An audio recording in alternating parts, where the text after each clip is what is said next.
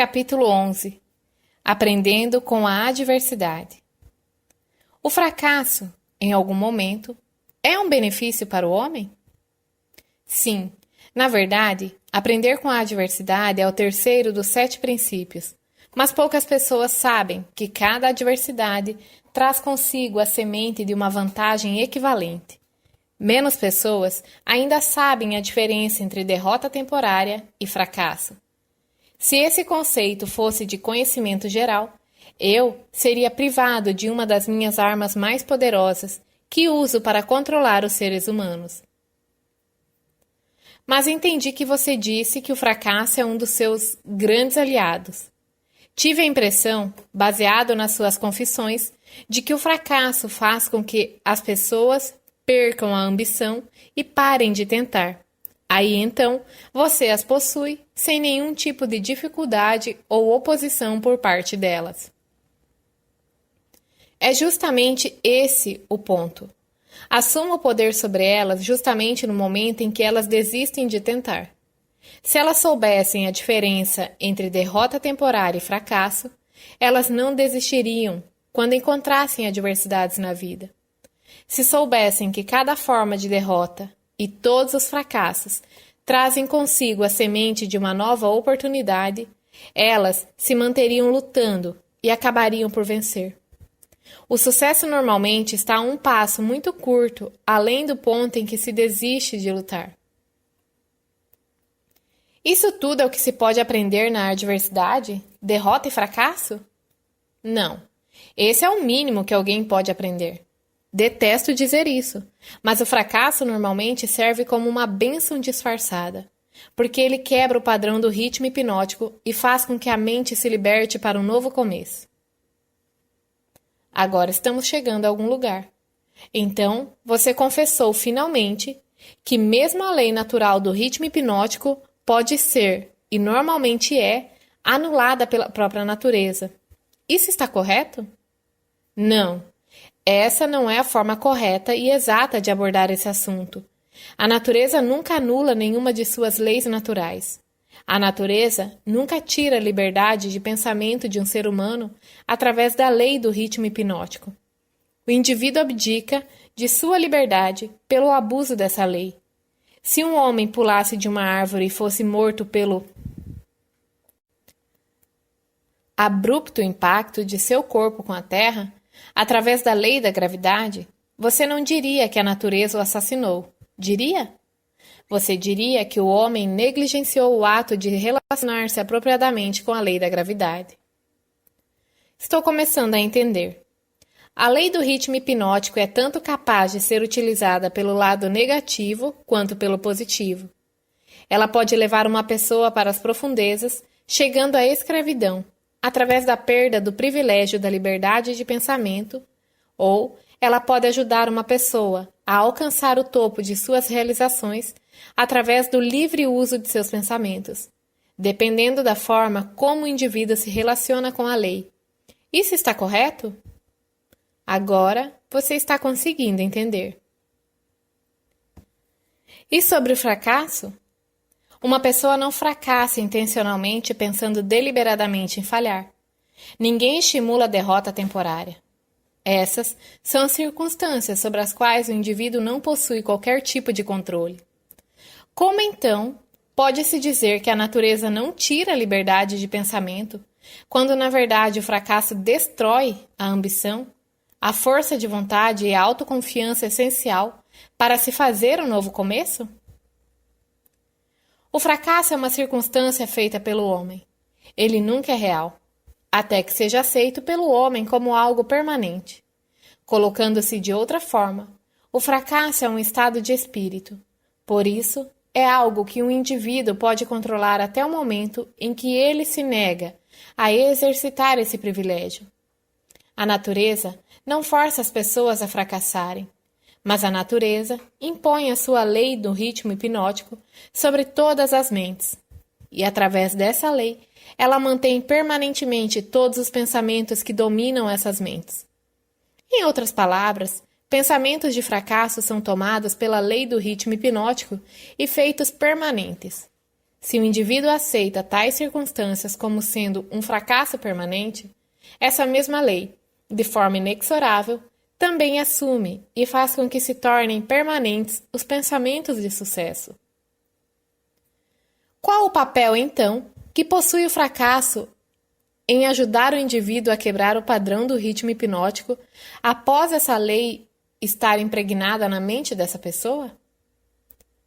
O fracasso traz consigo um clímax, no qual uma pessoa tem o privilégio de limpar a sua mente do medo e fazer um novo começo, seguindo outra direção. O fracasso prova conclusivamente que algo está errado com os objetivos e planos da pessoa, através dos quais os mesmos objetivos e planos são perseguidos. O fracasso é o ponto final do hábito que a pessoa tem seguido. E quando mesmo é alcançado, ele força a pessoa a deixar esse caminho e seguir por outro, fazendo com que ela crie um novo ritmo para a sua vida. Mas o fracasso faz mais do que isso. Ele dá ao indivíduo uma oportunidade para testar a si mesmo, onde pode aprender o quanto de força de vontade ele possui. O fracasso também força as pessoas a aprenderem muitas verdades que elas nunca descobririam sem ele.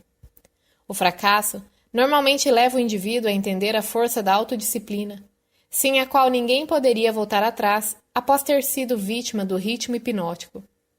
Estude as vidas de todas as pessoas que atingiram resultados fantásticos, em qualquer ramo de atividade, e observe que o seu sucesso é, em geral, diretamente proporcional às experiências de derrota e fracasso que ele vivenciou antes de ser bem-sucedido. Isso é tudo o que você tem a dizer sobre as vantagens do fracasso? Não, eu recém comecei.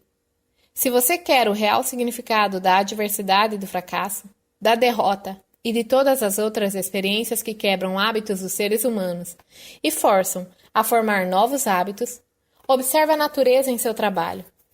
A natureza usa a doença para quebrar o ritmo físico do corpo, quando a relação entre células e órgãos torna-se imprópria.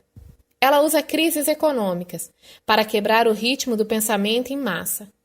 Quando um grande número de pessoas relaciona-se impropriamente através de negócios, atividades sociais e políticas, e ela usa o fracasso para quebrar o ritmo do pensamento negativo, quando o indivíduo relaciona-se impropriamente consigo mesmo e com sua própria mente.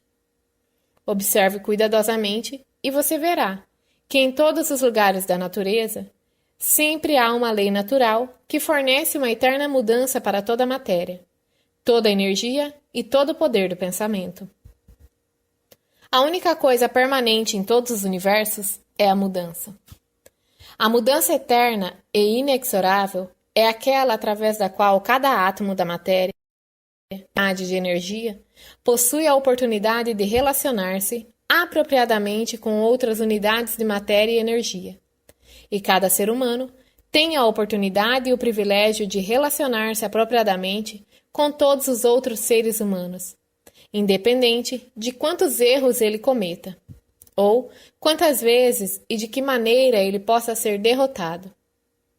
Quando o fracasso em massa toma conta de uma nação, tal como a crise econômica mundial de 1929, essa circunstância está em perfeita harmonia com os planos da natureza de quebrar os hábitos dos homens e, por sua vez, fazer florescer novas oportunidades. O que você está dizendo me intriga muito. Pelo que estou entendendo, o ritmo hipnótico tem algo a ver com a forma com que as pessoas se relacionam umas com as outras? Essa coisa evasiva e abstrata chamada caráter nada mais é do que uma manifestação da lei do ritmo hipnótico. Por isso, quando se fala do caráter de alguém, seria mais apropriado dizer-se que os seus hábitos de pensamentos foram cristalizados em uma personalidade positiva ou negativa, através da lei do ritmo hipnótico. Uma pessoa é boa ou ruim devido à fusão dos seus pensamentos com as suas ações, através dessa lei. Uma pessoa é presa pela pobreza ou abençoada com a abundância devido às suas aspirações, planos e desejos, ou à falta deles, que por sua vez são feitos permanentes e reais pelo ritmo hipnótico. Isso é tudo que você tem a dizer a respeito da conexão entre o ritmo hipnótico e as relações humanas? Não, eu apenas comecei. Lembre-se de que, enquanto estou falando, estou mencionando a influência do ritmo hipnótico em conexão com todas as relações humanas. As pessoas que são bem-sucedidas nos negócios o são inteiramente, devido à forma como se relacionam com os seus sócios e com todos os outros no seu círculo de negócios. Profissionais que são bem-sucedidos o são prioritariamente devido à forma com que eles se relacionam com seus clientes. É muito mais importante para o advogado conhecer as pessoas e conhecer as leis da natureza do que conhecer propriamente a lei jurídica. E o médico acaba sendo um fracasso, antes mesmo de começar, a menos que ele conheça como relacionar-se com seus pacientes e como estabelecer a fé destes nele mesmo. Um casamento fracassa ou é bem-sucedido inteiramente devido a uma maneira com que os participantes relacionam-se um com o outro. Um relacionamento apropriado no casamento começa inicialmente com um motivo para casar-se. A maioria dos casamentos não traz felicidade para o casal, porque ambos não entendem, e nem fazem questão de entender, a lei do ritmo hipnótico, através de sua ação, em que cada palavra que eles dirigem um ao outro, cada ato que eles fazem e cada motivo que os leva a lidar um com o outro, faz parte de uma rede que pode trazer-lhes controvérsias e miséria, ou dar-lhes asas para a liberdade, através da qual ambos conseguem sobrevoar todas as formas de infelicidade. Cada nova amizade que ocorre entre as pessoas pode acabar em uma amizade verdadeira e, então, em uma harmonia espiritual, algumas vezes chamada amor. Ou planta uma semente de suspeita e dúvida, que acaba evoluindo e crescendo para uma rebelião aberta, de acordo com a forma com que os participantes nessa amizade relacionam-se um com os outros. O ritmo hipnótico simplesmente pega as motivações dominantes, as aspirações, os objetivos e os sentimentos dessas mentes em contato, e os transforma, de alguma forma, em fé ou medo, amor ou ódio. Após o padrão ter tomado forma, o que ocorre, com o tempo, ele é imposto sobre essas mentes que estão em contato e torna-se parte delas. Nessa forma silenciosa, a natureza faz com que sejam permanentes os fatores dominantes de cada ser humano. Em cada relacionamento humano, as motivações e as ações vis desses indivíduos que estão em contato são coordenadas e consolidadas em uma forma definida e costuradas neste tão importante traço humano, conhecido como caráter. Da mesma maneira, as motivações e as ações boas, virtuosas, são consolidadas e impostas sobre o indivíduo. Você pode ver que, por isso, não somente as ações de uma pessoa, mas também os pensamentos dela, determinam a natureza de todas as relações humanas. Você está entrando em águas profundas. Vamos manter essa nossa conversa perto da costa, onde posso segui-lo, sem ter medo de afundar. Vá em frente e conte-me como os relacionamentos humanos realmente funcionam em um mundo tão cheio de problemas, tal como temos hoje. Esse é um pensamento feliz? Mas deixe-me ter certeza de que você está entendendo os princípios que estou revelando, antes que eu tente mostrar a você como aplicá-los nos princípios da vida. Desejo ter certeza de que você entenda a lei do ritmo hipnótico e que ela é algo que não se pode controlar, influenciar ou escapar. Mas todo mundo pode relacionar-se com essa lei de forma a beneficiar-se da forma inexorável como ela trabalha. Um relacionamento harmonioso com a lei consiste em um indivíduo modificar completamente seus hábitos, de tal forma que ele consiga ser claro naquilo que ele realmente deseja e está disposto a aceitar.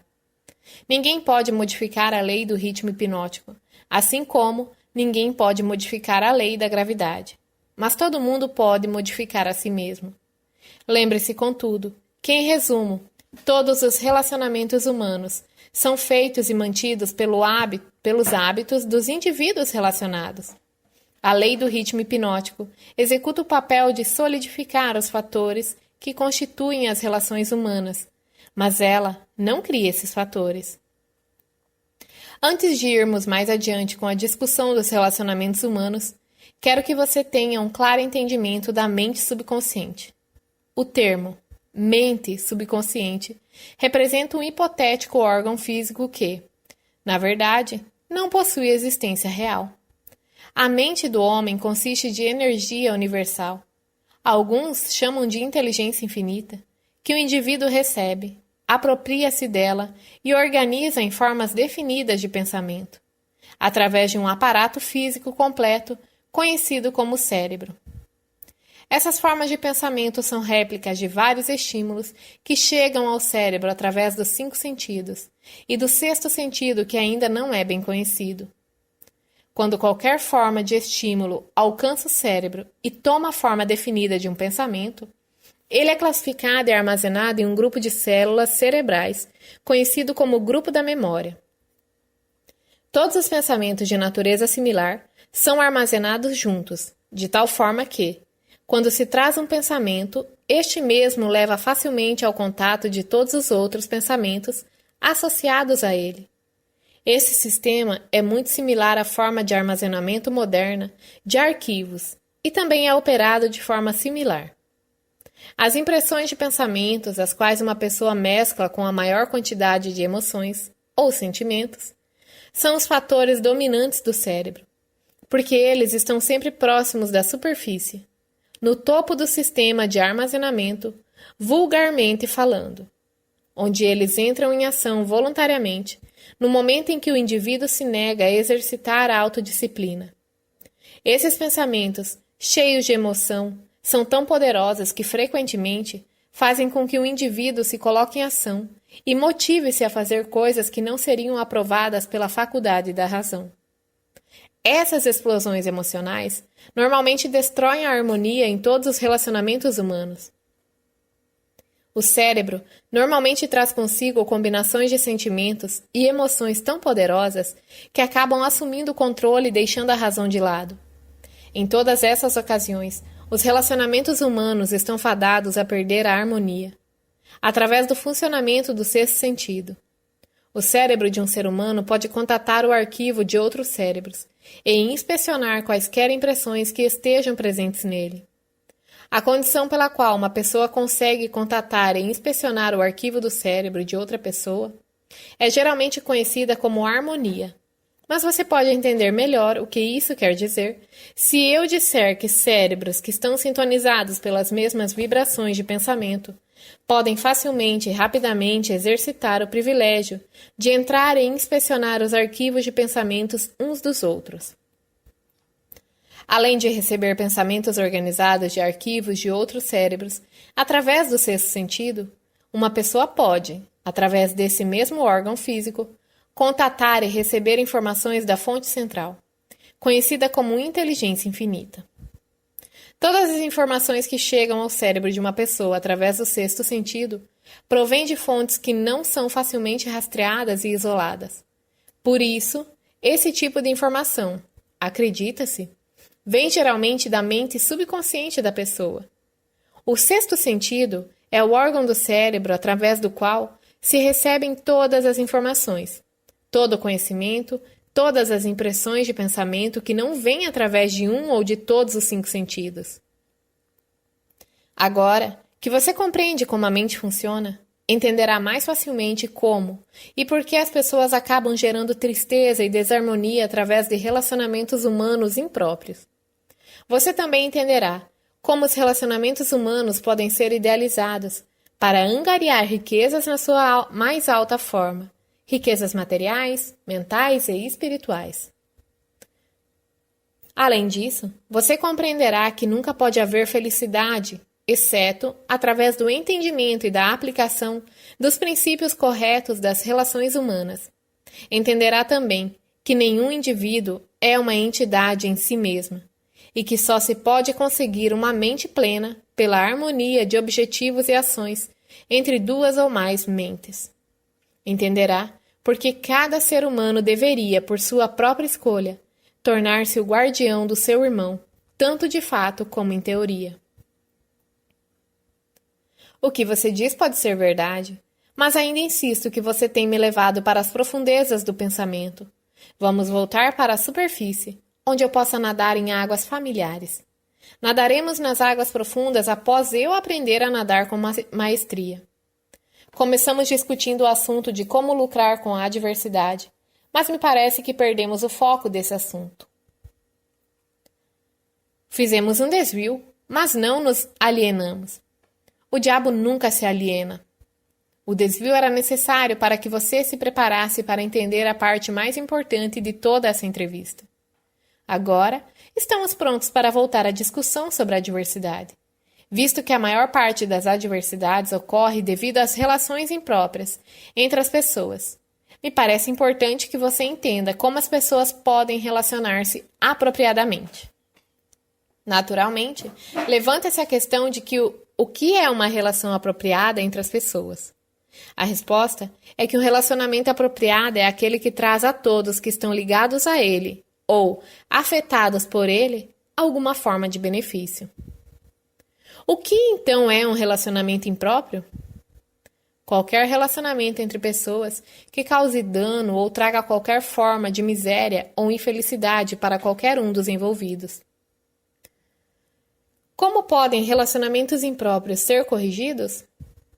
Pela mudança da mente da pessoa que está causando o relacionamento impróprio, ou pela mudança das pessoas envolvidas no relacionamento. Algumas mentes harmonizam-se naturalmente, enquanto outras colidem da mesma forma. Relacionamentos humanos bem-sucedidos e que são feitos para durar como tal, devem ser formados de mentes que naturalmente se harmonizem, além de terem interesses comuns como um meio de trazê-los para a harmonia. Quando você fala de líderes de negócio que são bem-sucedidos porque sabem como escolher homens, você pode mais corretamente dizer que eles são bem-sucedidos porque sabem como associar mentes que se harmonizam naturalmente. Saber como escolher pessoas de forma bem-sucedida para qualquer objetivo definido na vida é uma habilidade desenvolvida para reconhecer os tipos de pessoas cujas mentes naturalmente se harmonizam. Por favor, fique focado na adversidade. Se há possíveis benefícios a serem encontrados através da adversidade, nomeie-os. A adversidade livra as pessoas da vaidade e do egocentrismo. Ela desencoraja o egoísmo, provando que nenhum indivíduo pode ser bem-sucedido sem a cooperação de outros.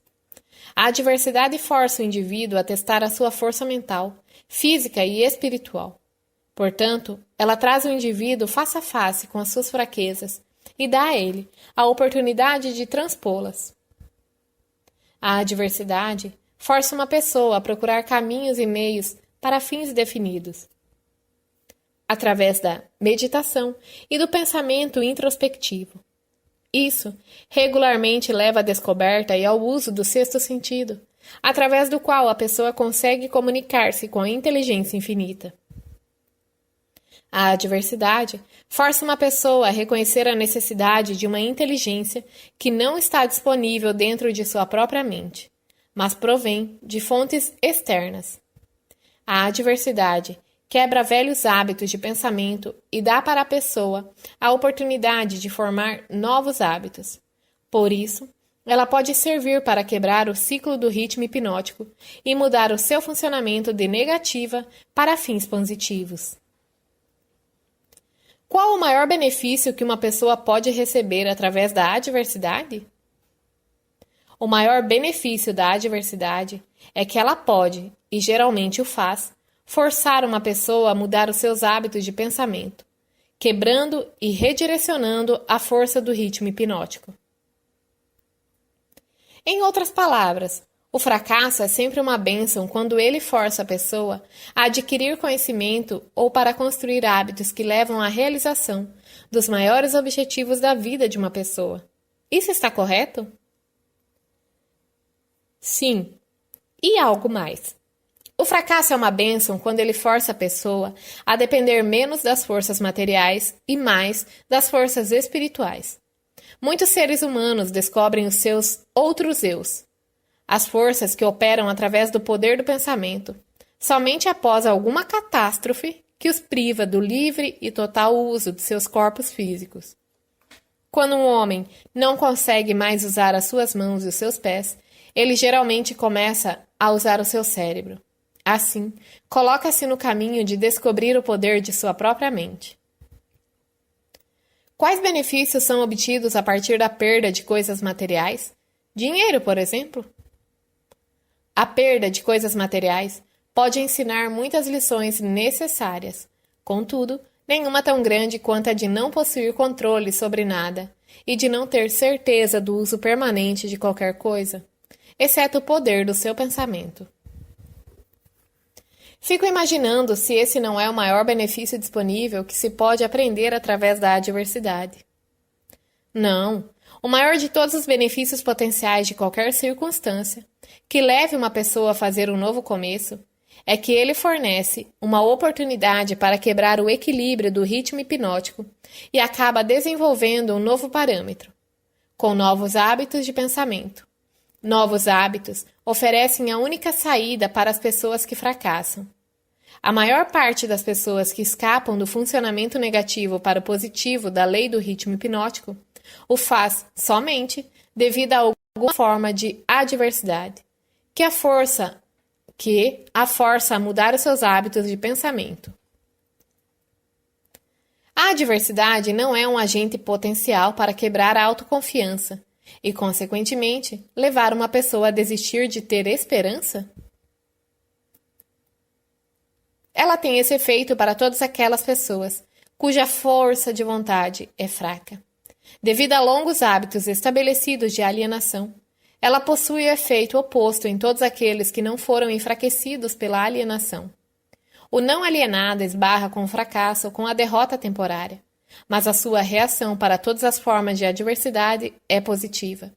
Ele luta em vez de desistir e acaba ganhando. A vida não fornece imunidade contra a adversidade, mas a vida fornece a todo mundo o poder do pensamento positivo, que é suficiente para dominar todas as circunstâncias de adversidade e convertê-las em benefícios. O indivíduo possui a prerrogativa e o privilégio de usar ou negligenciar o seu direito de pensar apropriadamente para transpor todas as adversidades. Todo indivíduo é forçado tanto a usar o poder do seu pensamento para obtenção de fins positivos e definidos, como a negligenciar e usar esse poder para obtenção de fins negativos. Não existe acordo nem recusa para o uso da mente. A lei do ritmo hipnótico força cada indivíduo a dar algum grau de uso, seja negativo ou positivo, para sua mente, mas não influencia o indivíduo sobre qual dos usos ele deverá fazer. Pelo que estou entendendo e pelo que você diz, toda a adversidade é uma bênção? Não, eu não disse isso. Eu disse que existe a semente de uma vantagem equivalente em cada adversidade. Não disse que existe uma flor desabrochada de vantagem, apenas a semente. Geralmente a semente consiste de alguma forma de conhecimento, alguma ideia ou plano, ou alguma oportunidade que não teria sido disponível, exceto através da mudança dos hábitos de pensamento, que por sua vez acabaram sendo forçados pela adversidade. Esses são todos os benefícios disponíveis para os seres humanos advindos do fracasso? Não. O fracasso é usado pela natureza como uma linguagem simples em que ela castiga as pessoas quando estas negam-se a adaptar-se às suas leis. Por exemplo, a Guerra Mundial foi extremamente destrutiva e feita pelo homem. A natureza plantou nas circunstâncias da guerra a semente de uma reprimenda equivalente, na forma de uma crise econômica mundial. A crise foi inevitável e impossível de escapar. Ela procedeu à guerra tão naturalmente quanto a noite precede o dia, e pelo funcionamento da mesma lei, a lei do ritmo hipnótico. Pelo que estou entendendo, a lei do ritmo hipnótico é a mesma que Ralph Waldo Emerson chamava de lei da compensação? A lei do ritmo hipnótico é a lei da compensação. É a força com a qual a natureza equilibra as forças negativas e positivas através de todos os universos, em todas as formas de energia, em todas as formas de matéria e em todos os relacionamentos humanos. A lei do ritmo hipnótico opera rapidamente em todas as instâncias? Por exemplo, essa lei imediatamente abençoa uma pessoa com os benefícios da aplicação positiva dos pensamentos ou amaldiçoa com os resultados de pensamentos negativos? Definitivamente a lei funciona, mas nem sempre é rapidamente. Tanto os benefícios quanto as penalidades incorridas através da lei podem ser colhidas por outros, tanto antes quanto após a sua morte. Pode-se observar que essa lei realmente funciona, porque ela força sobre uma geração de pessoas os efeitos tanto dos pecados quanto das virtudes das gerações precedentes. No funcionamento de todas as leis da natureza, a quarta dimensão, o tempo, é um fator inexorável. A quantidade de tempo consumida pela natureza na relação dos efeitos para suas causas depende em cada momento das circunstâncias presentes. A natureza faz crescer uma abóbora em 3 meses. Um carvalho leva 100 anos para chegar a um bom tamanho. Ela converte um ovo em uma galinha em 4 semanas, mas ele requer 9 meses para converter um óvulo de um ser humano em um indivíduo. Capítulo 12. Ambiente, tempo, harmonia e precaução. Agora possuo um maior entendimento das potencialidades da adversidade e do fracasso. Você pode ir em frente agora com sua descrição do próximo dos 7 princípios. Qual seu próximo princípio? O próximo princípio é a influência do ambiente.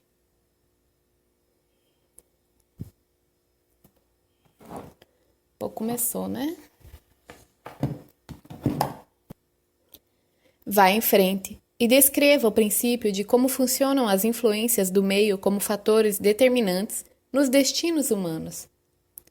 O ambiente, ou o meio, como também pode ser chamado, consiste de todas as forças mentais, espirituais e físicas que afetam e influenciam os seres humanos. Que conexão existe, se é que existe, entre as influências do meio e o ritmo hipnótico? O ritmo hipnótico solidifica e faz com que se tornem permanentes os hábitos de pensamento dos seres humanos. Hábitos de pensamento são estimulados por influências do meio. Em outras palavras, os recursos que alimentam o pensamento vêm do ambiente que está à volta da pessoa. Hábitos de pensamento são feitos permanentes pela lei do ritmo hipnótico. Qual a parte mais importante do meio em que uma pessoa vive? A parte que determina, mais do que todas as outras, se o indivíduo faz o uso positivo ou negativo de sua mente? A parte mais importante do meio de uma pessoa é aquela criada pela associação dessa pessoa com os outros. Todas as pessoas absorvem e acabam assumindo para si, seja consciente ou inconscientemente, os hábitos de pensamento daqueles com os quais eles se associam intimamente. Você quer dizer com isso que o contato constante com uma pessoa cujos hábitos de pensamento são negativos influencia a pessoa a formar também hábitos de pensamento negativos? Sim, a lei do ritmo hipnótico força cada ser humano a formar hábitos de pensamento que se harmonizam com as influências dominantes do seu ambiente, principalmente a parte do ambiente criada pela associação com outras mentes. Então, é importante que a pessoa selecione com muita cautela aqueles que serão seus associados? Sim, os associados que se relacionam intimamente com a pessoa devem ser escolhidos com tanto cuidado quanto a pessoa escolhe a comida com a qual ela alimenta seu corpo, mantendo sempre em mente o objetivo de que ela deve associar-se com as pessoas cujos pensamentos dominantes são positivos, amigáveis e harmoniosos. Que classe de associados tem a maior influência sobre uma pessoa? Os associados que mais exercem influência sobre a pessoa são o parceiro no casamento, que por sua vez compartilha a casa, e os associados nas ocupações profissionais. Após isso, vêm os amigos íntimos e os conhecidos. Amigos casuais e estranhos exercem pouca influência sobre a pessoa. Por que o parceiro no casamento possui tão grande influência sobre a mente de uma pessoa? Porque o casamento é um relacionamento que traz as pessoas sob a mesma influência de forças espirituais, de tal peso que elas acabam tornando-se as forças dominantes da mente. Como podem as influências ambientais serem usadas para quebrar o equilíbrio do ritmo hipnótico? Todas as influências que estabelecem hábitos de pensamento acabam tornando-se permanentes através do ritmo hipnótico. Uma pessoa pode modificar as influências do seu ambiente de tal forma que as influências podem ser positivas ou negativas, e a lei do ritmo hipnótico as tornará permanentes, a menos que elas sejam modificadas através dos hábitos de pensamento. Para colocar essa verdade de outra forma, uma pessoa pode submeter-se a qualquer influência do meio que ela deseje, seja positiva ou negativa, e a lei do ritmo hipnótico fará com que essa influência torne-se permanente quando essa pessoa assumir a magnitude desse hábito de pensamento. É dessa forma que a lei funciona? Isso está correto. Tome cuidado com todas as forças que inspiram pensamentos. Estas são as forças que constituem o ambiente e determinam a natureza do destino da pessoa no planeta. Que classe de pessoas consegue ter controle sobre as influências do meio? Os não alienados.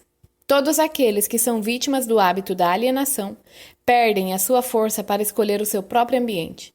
Eles tornam-se vítimas de cada influência negativa do seu meio. Existe alguma saída para o alienado? Existe algum método pelo qual ele possa submeter-se às influências de um ambiente positivo? Sim, há uma saída para os alienados. Eles podem parar de alienar-se, assumir o controle de suas próprias mentes e escolher um ambiente que inspire pensamentos positivos. Isso, eles conseguem obter através da definição de propósito. Isso é tudo o que há para eliminar o hábito da alienação?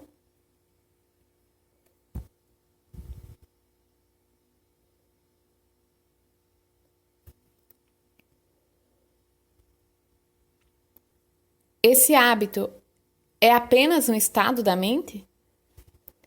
Alienar-se nada mais é do que um estado negativo da mente, um estado de mente conhecido pela ausência total de propósito.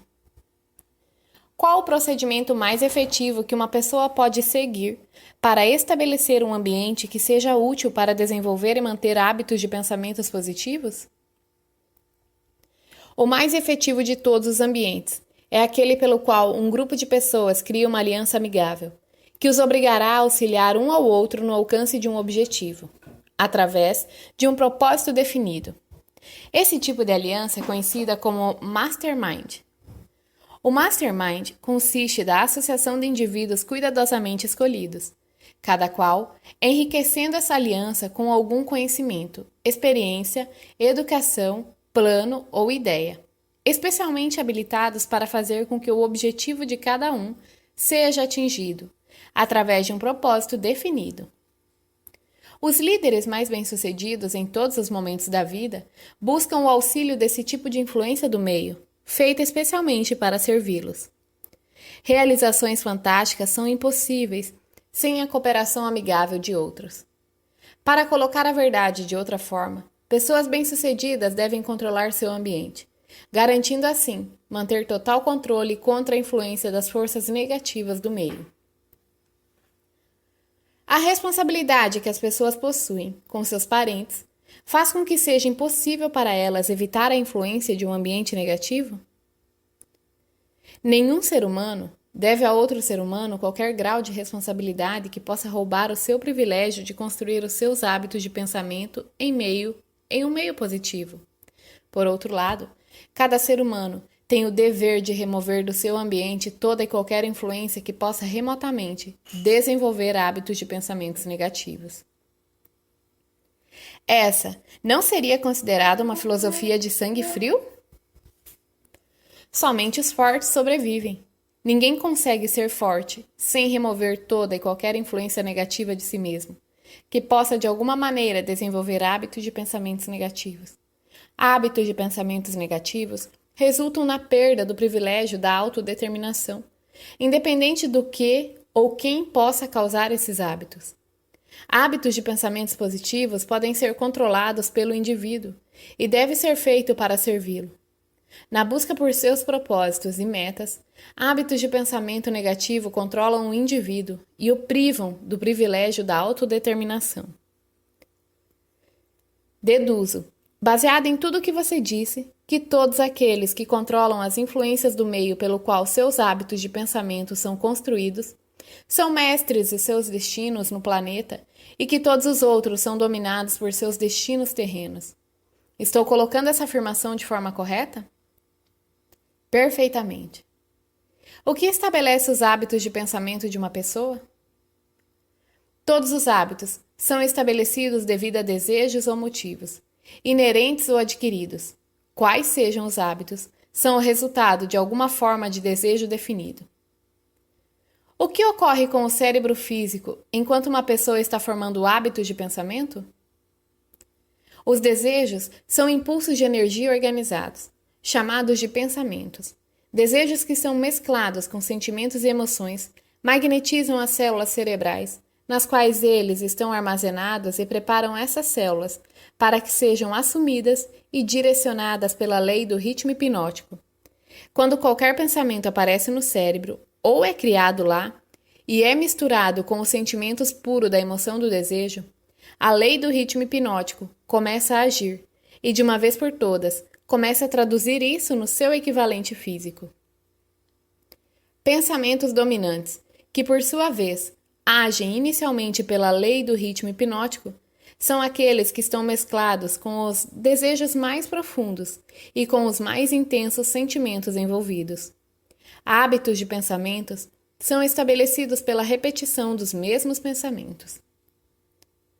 Quais são os motivos ou desejos que mais impelem e inspiram a ação do pensamento? Os 10 motivos mais comuns que mais inspiram pensamentos voltados para ações são estes: o desejo por sexo e amor, o desejo por alimento, o desejo por autoexpressão espiritual, mental e física, o desejo pela perpetuação da vida após a morte, o desejo por poder sobre os outros, riquezas materiais, o desejo por conhecimento, o desejo de imitar os outros, o desejo de se sobressair sobre os outros. Os 7 medos básicos. Esses são os motivos principais que inspiram a maior parte de todas as ações humanas. E os desejos negativos, tais como a ganância, a inveja, a avareza, o ciúme e o rancor? Esses sentimentos negativos não são expressados mais frequentemente do que qualquer um dos sentimentos positivos? Todos os desejos negativos não são nada exceto frustrações de desejos positivos. Eles são inspirados por alguma forma de derrota, fracasso ou negligência por parte dos seres humanos em se adaptarem às leis da natureza de forma positiva. Esse é um novo ponto de vista nessa questão dos pensamentos negativos. Se estou entendendo o que você disse, todos os pensamentos negativos são inspirados pela negligência ou fracasso de uma pessoa em se adaptar harmoniosamente às leis da natureza. Isso está correto? Isso está corretíssimo.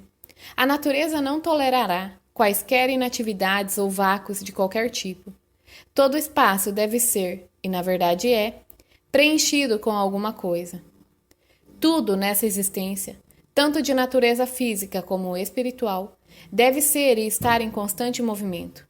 O cérebro humano não é exceção a essa regra. Ele foi criado para receber, organizar, especializar-se e expressar o poder do pensamento.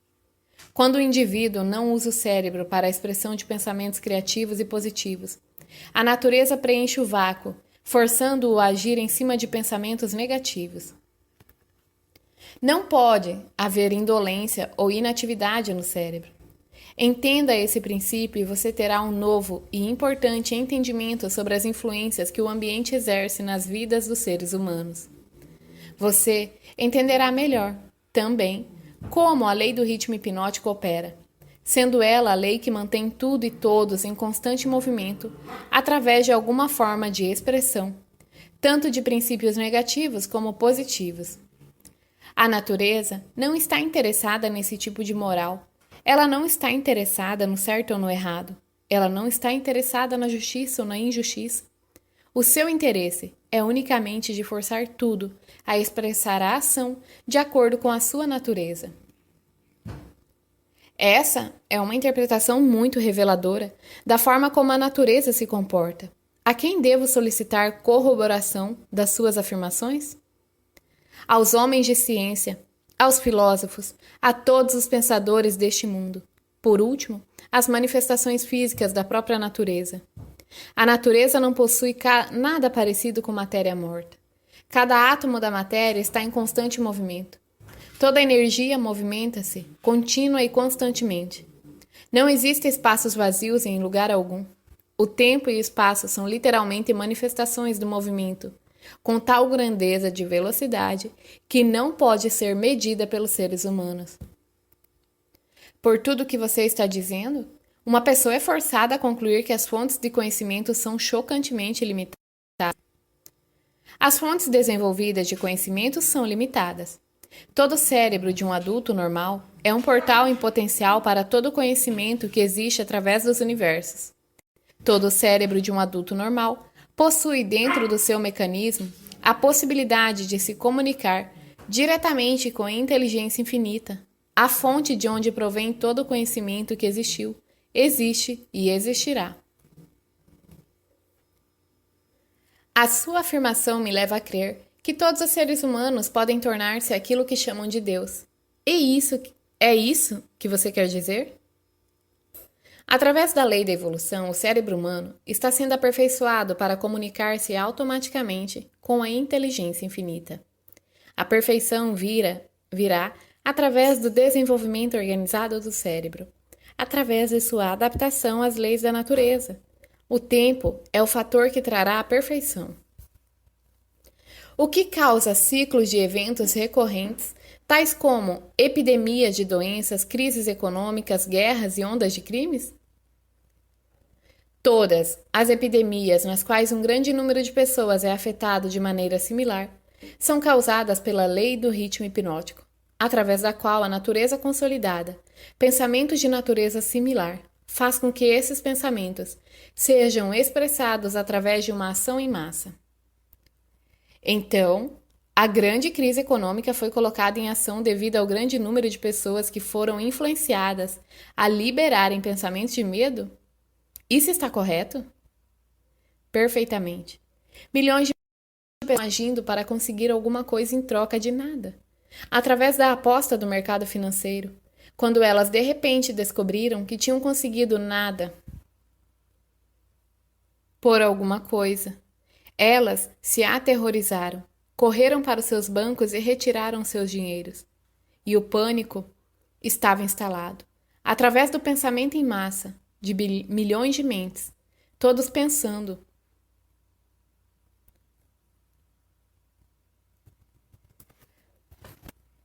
Em termos de medo da pobreza, a crise prolongou-se por alguns anos.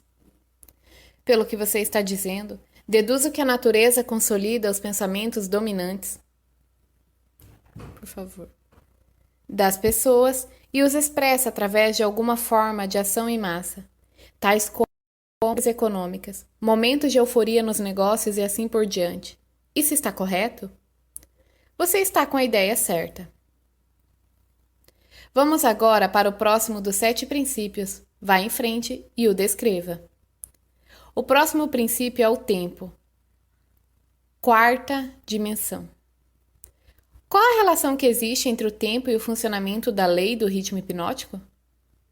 O tempo é a lei do ritmo hipnótico.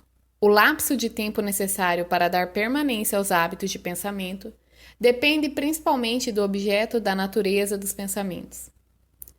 Mas, entendi, pelo que você disse antes, que a única coisa permanente na natureza é a mudança. Se isso é verdade, então o tempo está constantemente mudando, rearranjando-se e recombinando todas as coisas. incluindo os hábitos de pensamento das pessoas. Como então poderia a lei do ritmo hipnótico dar permanência aos hábitos de pensamento de uma pessoa? O tempo divide todos os hábitos de pensamento em duas classes: pensamentos negativos e pensamentos positivos. Os pensamentos de um indivíduo estão constantemente modificando-se e sendo recombinados para se adequarem aos desejos desse indivíduo. Mas os pensamentos não mudam do positivo para o negativo, ou vice-versa, exceto através do esforço voluntário por parte do indivíduo. O tempo penaliza o indivíduo por todos os pensamentos negativos e o recompensa por todos os pensamentos positivos, de acordo com a natureza e o propósito dos pensamentos. Se os pensamentos dominantes de uma pessoa são negativos, o tempo penaliza o indivíduo construindo em sua mente o hábito do pensamento negativo, e então ele procede para solidificar esse hábito em um ato permanente, durante cada segundo de sua existência. Os pensamentos positivos são, da mesma forma, construídos pelo tempo e acabam tornando-se hábitos permanentes. O termo permanência, é claro, refere-se à vida natural do indivíduo. Literalmente falando, nada é permanente. O tempo converte hábitos de pensamento naquilo que pode ser chamado permanência durante a vida do indivíduo. Agora possui entendimento melhor de como o tempo trabalha. Quais outras características possui o tempo em conexão com o destino dos seres humanos na Terra? O tempo é o tempero que influencia a natureza, através do qual as experiências humanas podem ser amadurecidas em sabedoria. As pessoas não nascem com sabedoria, mas elas nascem com a capacidade de pensar e podem, através do lapso do tempo, chegar à sabedoria pelos seus pensamentos. Os jovens possuem sabedoria? Somente em assuntos elementares. A sabedoria vem somente com o tempo. Ela não pode ser herdada e não pode ser transferida de uma pessoa para outra, exceto através do lapso do tempo. Ao passar do tempo, pode forçar um indivíduo a adquirir sabedoria? Não. A sabedoria vem somente para os não alienados, que formam hábitos de pensamentos positivos como uma força dominante em suas vidas. Os alienados e todos aqueles cujos pensamentos dominantes são negativos nunca adquirem sabedoria, exceto de coisas elementares.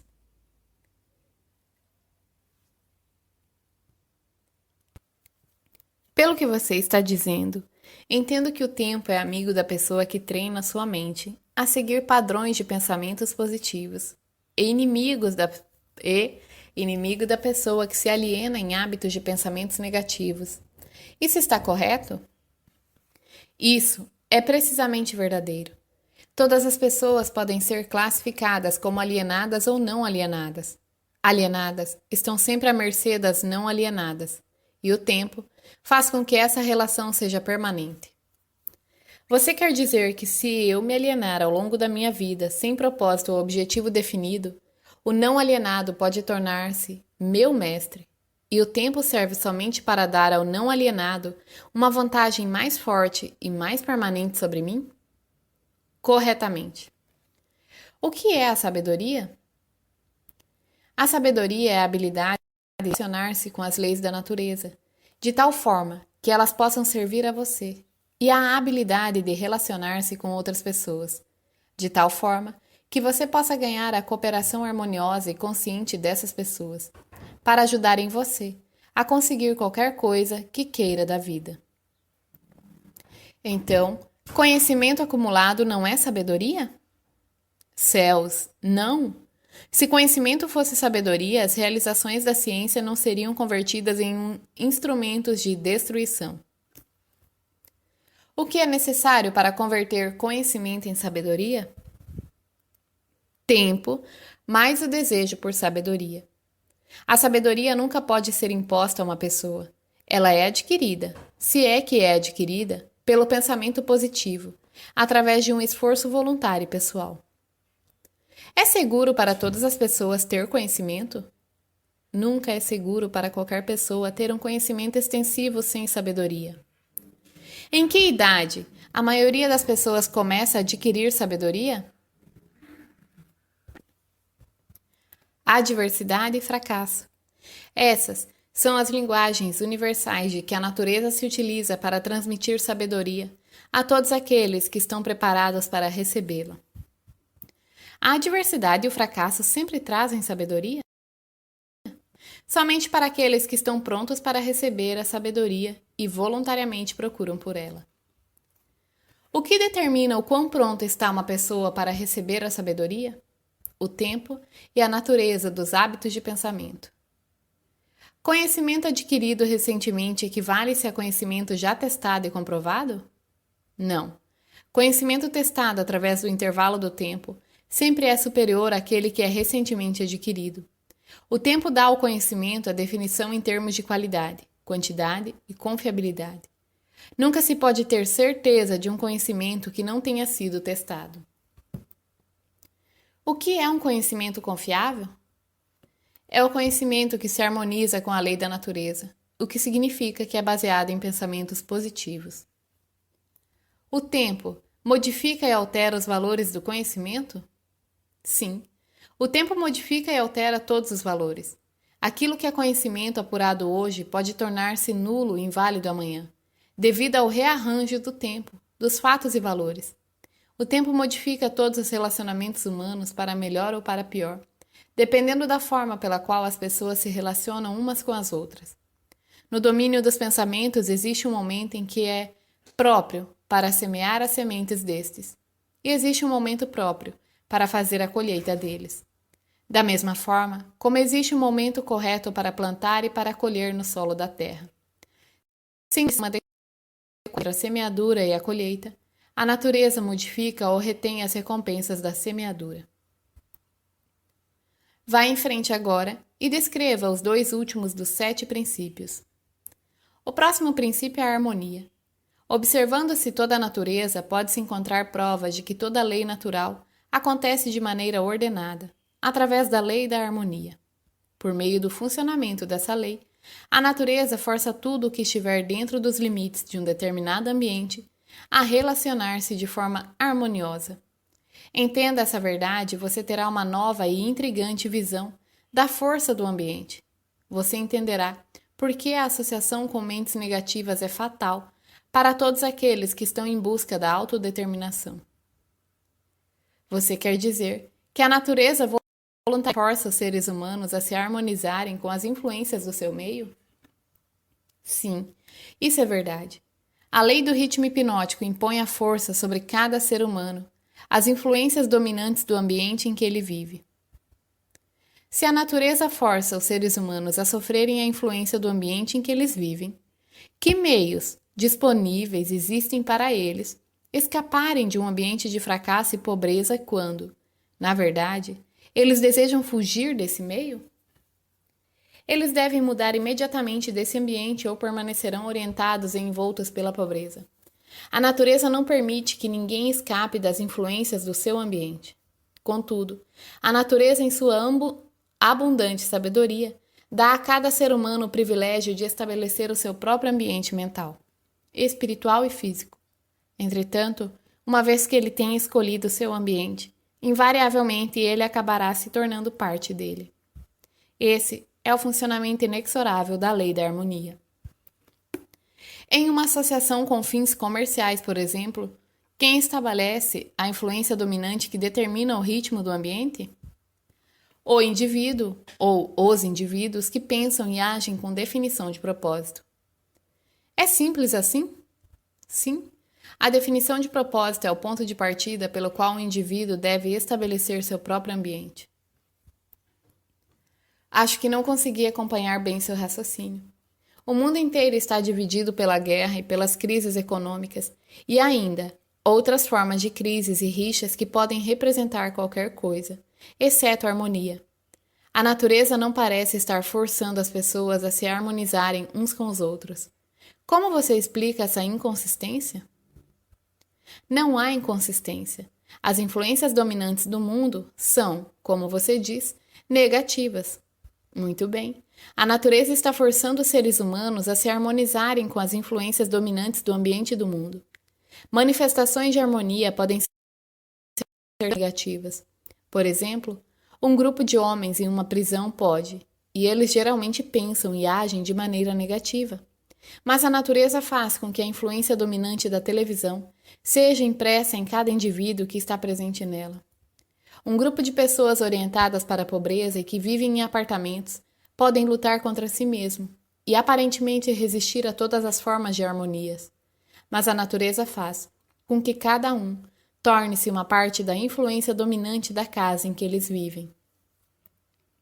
Harmonia, da forma como seu significado está sendo utilizado aqui, quer dizer que a natureza interrelaciona todas as coisas que são similares através de todos os universos. As influências negativas são forçadas a associarem-se umas com as outras, não importando onde elas possam estar.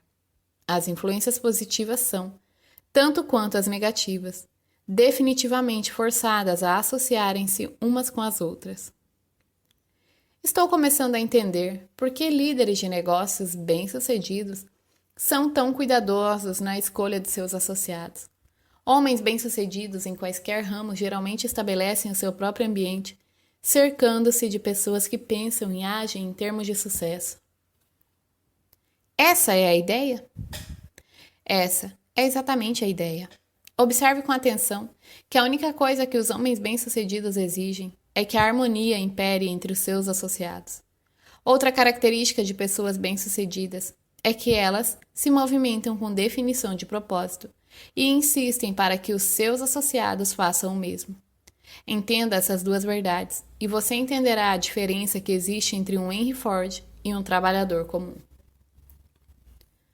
Agora me fale sobre o último dos 7 princípios. O último princípio é a cautela. Próximo ao hábito de alienar-se, a característica humana mais perigosa é a falta de cautela. As pessoas alienam-se em todos os tipos de circunstâncias danosas devido ao fato de que elas não exercem cautela, planejando os movimentos que fazem. O alienado sempre se move com a ausência de cautela. Ele age primeiro e pensa depois, se é que ele pensa. Ele não escolhe seus amigos. Ele aliena-se e permite que as pessoas liguem a ele nos seus próprios termos. Ele não escolhe uma ocupação. Ele aliena-se na escola e fica satisfeito quando consegue o primeiro emprego, que lhe garante apenas alimentação e agasalho. Ele convida as pessoas a enganá-lo nos negócios pelo fato de não se informar das regras do negócio. Ele convida a doença, negligenciando informar-se das regras para ter uma saúde perfeita. Ele convida a pobreza por negligenciar proteger-se contra as influências do ambiente daqueles que são orientados para a pobreza. Ele convida o fracasso em cada passo que ele dá ao negligenciar o exercício da cautela para observar o que faz com que as pessoas fracassem. Ele convida o medo, em todas as suas formas, cautela em examinar as causas do medo. Ele fracassa no casamento porque ele negligencia usar a cautela na escolha de sua parceria, de sua parceira. E ele usa ainda menos cautela nos seus métodos de relacionar-se com ela após o casamento. Ele perde os seus amigos ou os converte em inimigos, devido à sua falta de cautela em relacionar-se com eles de maneira adequada. A cautela está faltando para todas as pessoas? Não, somente para aquelas pessoas que adquiriram o hábito da alienação. O não alienado sempre age com cautela. Ele cuidadosamente pensa em todos os passos dos seus planos antes de começá-los. Ele abre precedentes para fragilidades humanas dos seus associados e planeja antecipadamente como resolvê-los. Se ele enviar um mensageiro em uma missão importante, ele manda alguma outra pessoa para ter certeza de que o mensageiro cumpriu sua missão. Então, ele verifica ambos para ter certeza de que seus desejos foram cuidadosamente cumpridos. Ele cuida de todos os detalhes, mesmo daqueles que parecem sem importância, e utiliza a cautela como meio de garantir o seu sucesso. A cautela excessiva não é tão prejudicial quanto a falta de cautela? O que você chama de cautela excessiva, na verdade, é uma expressão do medo. Medo e cautela são duas coisas totalmente diferentes. As pessoas não se enganam confundindo o medo por cautela excessiva? Sim, isso algumas vezes acontece, mas a maioria das pessoas criam para si mesmas muito mais desastres e situações danosas para suas vidas pela total falta do hábito da cautela do que pelo excesso desta. Qual a forma mais vantajosa de se utilizar a cautela? Na seleção dos associados e nos métodos de relacionar-se com estes, a razão para isso é óbvia. Os associados constituem a parte mais importante do ambiente de uma pessoa, e as influências do ambiente determinam se a pessoa forma o hábito de alienar-se ou se ela se torna um não alienado. A pessoa que exercita a cautela na escolha dos seus associados nunca se permite estar intimamente associada com qualquer pessoa que não traga para ela, através da associação, alguma forma definida de benefício mental, espiritual ou econômico. Esse método de escolher associados não seria egoísta? É um método sensível e que leva para a autodeterminação. É o desejo de qualquer pessoa normal encontrar sucesso material e felicidade. Nada contribui mais para o sucesso e a felicidade de uma pessoa do que a escolha de seus associados. A cautela na seleção dos associados torna-se, por isso, a missão de toda pessoa que queira tornar-se feliz e bem-sucedida. O alienado permite que seus associados mais próximos liguem-se a ele considerando os próprios termos dele. O não alienado, cuidadosamente, escolhe os seus associados e não permite que ninguém se torne intimamente associado a ele, sem que contribua com alguma forma de influência útil ou benéfica. Nunca ocorreu a mim que a cautela na seleção de amigos seria tão definitiva para o sucesso ou fracasso de uma pessoa. Todas as pessoas bem-sucedidas agem com cautela na seleção de seus associados, seja na esfera comercial, social ou profissional de seus relacionamentos. Sem o exercício da cautela na escolha de todos os seus associados, ninguém pode estar certo do sucesso, seja em qual área da atuação for. Por outro lado, a falta de cautela traz consigo algum tipo de derrota em qualquer área de atuação. Resumo. Existem 3 coisas interconectadas dentro da minha entrevista com o diabo que mais me interessam. Esses 3 fatores me interessam porque foram as influências mais importantes da minha vida. Um fato que qualquer leitor da minha história consegue facilmente discernir. Os 3 fatores mais importantes são o hábito de alienar-se, a lei do ritmo hipnótico, através da qual todos os hábitos acabam se tornando permanentes, e o elemento tempo. Esse trio de forças, invariavelmente, está presente no destino de todos os homens, de forma inviolável. Essas 3 forças acabam tendo um novo e mais importante significado quando são estudadas e combinadas com uma força grupal. Não precisa ter muita imaginação e nem muito conhecimento sobre as leis naturais para entender que a maior parte das dificuldades nas quais as pessoas se encontram são suas próprias criações. Além disso, as dificuldades raramente são o resultado de circunstâncias imediatas. Elas geralmente são o ápice de uma série de circunstâncias, as quais foram consolidadas através do hábito da alienação com a colaboração do tempo. Samuel Insull não perdeu seu império industrial de 4 bilhões de dólares como resultado da crise econômica. Ele começou a perder muito antes da crise, quando ele tornou-se vítima de um grupo de mulheres que o seduziram, tornando seus talentos de grande utilidade pública em uma grande ópera. Se em algum momento um homem na mais alta posição do mundo financeiro despencou devido ao poder da alienação, do ritmo hipnótico e do tempo, esse homem foi Samuel Insull.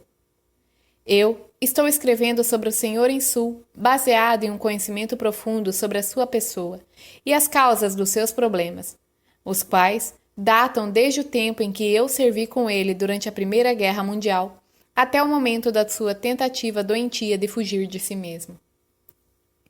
Henry Ford passou pela mesma crise que arruinou o Sr. Insull, mas Ford passou pela crise sem um arranhão e acabou no topo. Você quer saber a razão? Eu lhe contarei. Ford tem o hábito de não alienar-se em nenhum assunto. O tempo é um poderoso amigo de Ford, porque ele formou o hábito de usá-lo de forma construtiva e positiva, com a ajuda de pensamentos de sua própria criação, cercado por planos próprios. Pegue qualquer circunstância que você deseje, meça com referência ao seu relacionamento com o hábito da alienação, do ritmo hipnótico e do seu tempo. E você certamente terá as causas mais apuradas de todo o fracasso ou de todo o sucesso. Franklin Roosevelt assumiu seu gabinete com um estrondo durante o seu primeiro mandato, mas ele tinha um propósito em mente, e esse propósito era bem definido. Seu objetivo era parar o estampido do medo e fazer com que as pessoas começassem a pensar e falar em termos de prosperidade nos negócios em vez de crise. Ao trabalhar na busca de seu propósito, não havia alienação. As forças de toda a nação estavam consolidadas e moviam-se com uma só, ajudando o presidente a alcançar o seu propósito definido. Pela primeira vez na história da América, os jornais de todas as inclinações políticas, as igrejas de todas as denominações, as pessoas de todas as raças e cores e as organizações políticas de todos os partidos uniram-se, formando uma força estupenda, com o único objetivo de ajudar o presidente a restaurar a fé e as relações comerciais no país. Em uma conferência realizada entre o presidente e um grupo de conselheiros de emergência, poucos dias após ele assumir a presidência, eu perguntei a ele qual era o seu maior problema. Ele respondeu: "Não é uma questão de maior ou menor. Nós temos apenas um problema. A este problema é parar o medo e suplantá-lo com a fé." Antes do final do seu primeiro ano, o presidente havia vencido o medo e suplantado pela fé. E a nação estava vagarosamente, mas no caminho certo, para sair de todas da selva da crise. No final do seu primeiro mandato, marque bem o elemento tempo. O presidente havia consolidado de forma tão efetiva as forças dos negócios americanos e da vida privada que ele tinha uma nação inteira o apoiando, pronta, desejosa e entusiasticamente apta a segui-lo, não dando o caminho que ele seguisse. Estes são os fatos bem conhecidos para todo mundo que tenha lido jornais ou escutado o rádio. Então, veio outra eleição presidencial e a oportunidade para as pessoas expressarem sua fé no seu líder. Elas as expressaram com uma vitória sem precedentes na política americana. E o presidente assumiu o gabinete para um segundo mandato, com uma votação quase unânime, perdendo somente em 2 estados. Agora, observe como a roda da vida começou a reverter-se e voltar-se para outra direção. O presidente mudou a sua política baseada em definição de propósito e entrou para a definição e para a alienação.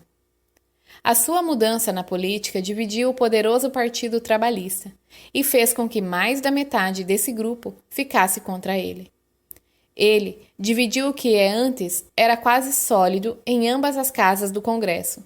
E mais importante do que isso, ele dividiu o povo americano em 2 grupos, prós e contras. E com o resultado final, o que sobrou daquele presidente foi somente o seu sorriso de $1 milhão e seu aperto de mão firme. Obviamente, não o suficiente para fazê-lo reconquistar o poder que ele, uma vez, teve na vida americana.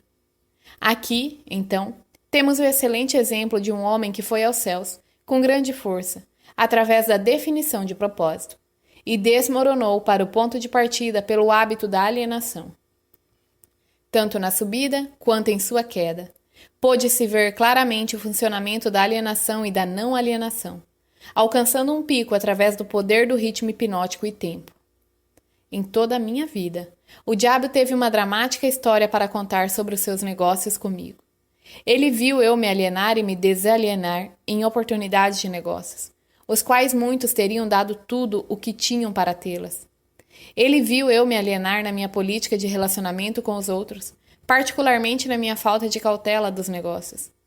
A circunstância que me salvou do controle fatal da lei do ritmo hipnótico foi a definição de propósito com a qual, finalmente, eu dediquei toda a minha vida para a organização de uma filosofia de realização pessoal orientada para o sucesso. Alienei-me, em algum momento ou outro, em pequenas ações e decisões, mas a minha alienação foi anulada pelo meu propósito maior, que era o suficiente para restaurar a minha coragem em busca do conhecimento. em todas as pequenas derrotas. Aprendi alguma coisa da natureza danosa do hábito da alienação, enquanto estava engajada em analisar mais de 25.000 pessoas na conexão com a organização da lei do sucesso. Essas análises mostraram que somente 2 de cada 100 pessoas possuem um objetivo definido na vida. As outras 98 foram pegas pelo hábito da alienação. Parece-me mais do que uma consciência de que minhas análises claramente corroboraram as afirmações do diabo, de que ele controla 98 de cada 100 pessoas, devido justamente ao hábito da alienação. Olhando para o passado e analisando a minha própria carreira, eu posso ver claramente que eu poderia ter evitado a maioria das derrotas temporárias com as quais eu me deparei se eu tivesse naquele momento seguido um plano para a obtenção do meu maior propósito na vida. Da minha experiência em ter analisado os problemas de mais de 5.000 famílias, eu sei, definitivamente, que a maioria das pessoas casadas que se desarmonizam um com o outro o fazem devido ao acúmulo de um grande número de pequenas circunstâncias no seu casamento, as quais poderiam ter sido esclarecidas e contornadas no momento em que foram criadas, se houvesse uma política definida para fazê-lo. Eles não vivem a sua vida de casal com definição de propósito. Assim, a história é feita. Desde o princípio dos tempos, o homem que possui o plano mais definido com propósito e força caminha para a vitória. Os outros correm para conseguir abrigo e acabam sob a liderança daqueles que são mais determinados. A resposta não é difícil de encontrar. Não há necessidade de olhar para o céu para encontrá-la. Da minha parte, eu preferiria procurar a resposta no diabo, porque ele me contaria rapidamente que a vitória vai para as pessoas que sabem o que querem e que estão determinadas a consegui-las. Elas dominaram o hábito da alienação. Elas possuem políticas definidas, planos definidos e objetivos definidos.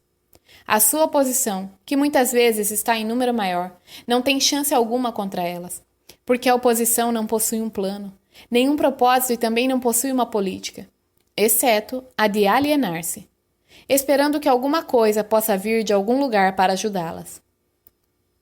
Naquelas 3 breves frases, você possui todas as informações necessárias para distinguir com clareza a diferença entre o sucesso e o fracasso, a força e a falta dela.